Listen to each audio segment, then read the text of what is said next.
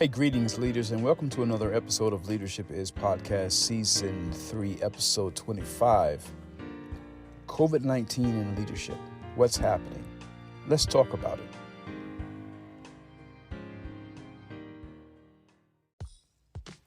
Hey, greetings, leaders, and welcome to another episode of Leadership is Podcast. This is Season 3, Episode 25. COVID-19 and leadership. What's happening? I was recently looking at some numbers of what's happening with the COVID-19 pandemic, and is it still actually a pandemic? Well, cumulative cases globally, right? This 631,803,382.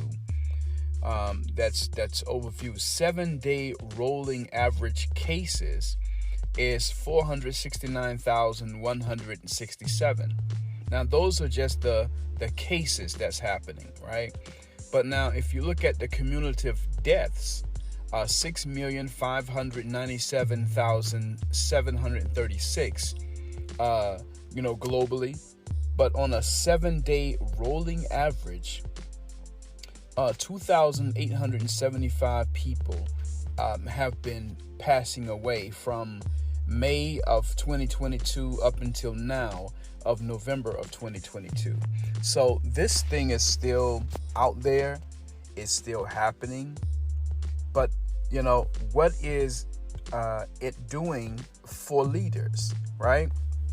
The difference between a positive person and a negative person is, a negative person, can have an opportunity but only see the problem. A positive person can have a problem and see in it an opportunity. So what we're looking at here today for leaders is an opportunity. One of the side effects of the COVID-19 was what was called the Great Resignation. But once again, I called it the Great Opportunity, because found in it were opportunities for leaders to be able to redo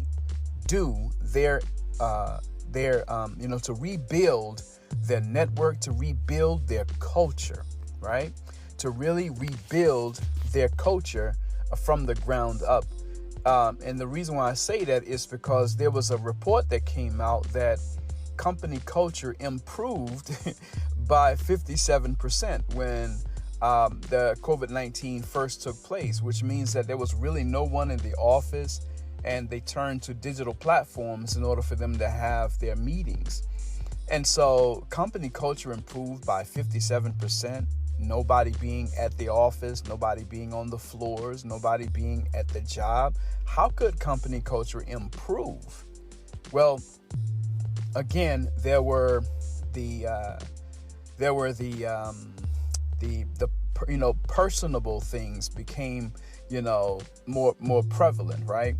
Kittens walking across the lap, children crying in the background, the puppies barking outside, the birds chirping through the window while people are trying to do Zoom meetings and whatnot. So it made the people who were at the office unapproachable, made them approachable, made them human. It humanized the whole experience of the work culture, right?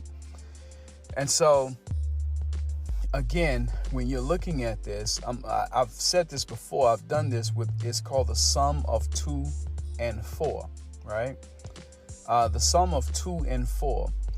Victims are looking at things as it's happening to them.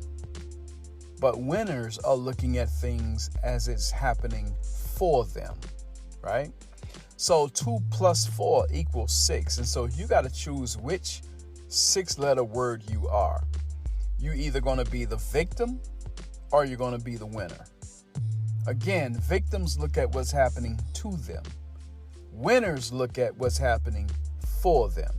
So you're either going to be the victim or you're going to be the winner.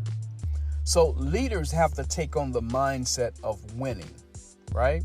Have to take on the mindset of winning. And when you are winning, there is competition. There is, even at times there is war. So who are you competing against as a leader?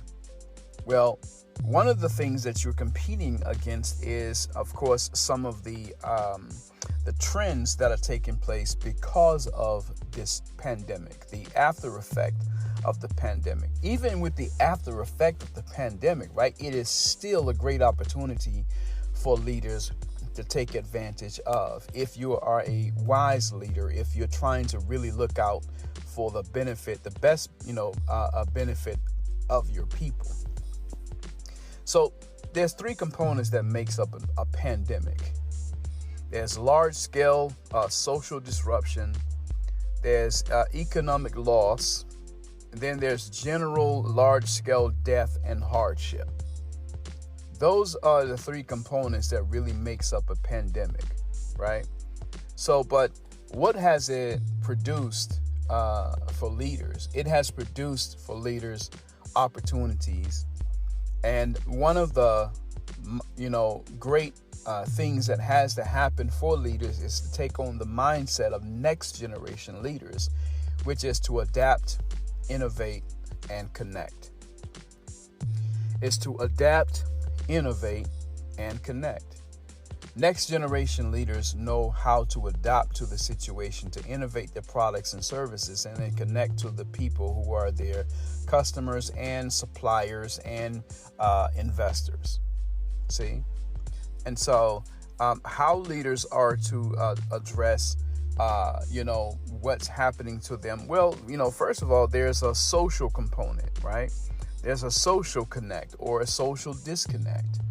How are leaders going to address this? There's the interpersonal, there's the social anxiety. Then, of course, there's company culture as it relates to social, connect. And one way I've seen some of the companies do this is they're really adopting this hybrid work model where, the word flexibility is really being put into play here. And they're adopting this hybrid work model where you have, employees who are doing work, from home or outside of the office, right? And so, but many people are concerned with how do you measure productivity? How do you measure even work schedules? How do you balance that? How do you manage that, right? And so this is something for leaders to absolutely consider.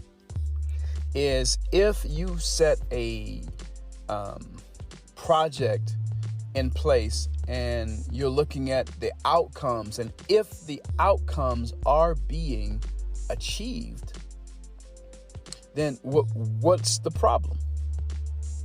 Right? If the outcomes are being achieved, what is the problem? Like, the outcomes is a reflection of the work that is assigned. It's the duties, right, that is assigned to them. And if they are performing those work duties, and if that assignment is being done, if it is still adding value to your bottom line, right? And then, of course, your company culture, productivity is still... Look, you got people doing work from home, so now they're having to pay their electric bills instead of you having a lot of people in your organization where, you're running up your electric bill, your water bill, your paper, right, for printing out this and that. So if they are, in fact, accomplishing what their duties and responsibilities are, where's the problem? Where's the problem? So this pandemic has really produced a lot of issues for some small-minded leaders, for some small-minded, small-visioned leaders, right? And so making sure that as a leader, right, you're grasping the entire idea of what is absolutely going on in the world today, especially dealing with this pandemic, and you really understand that, look, the world is changing, the world is evolving, and leaders, what's happening? Are you grasping this idea? Are you really getting this idea that the world is in fact changing? I would suggest that you do so. And always remember that leadership is influence and service.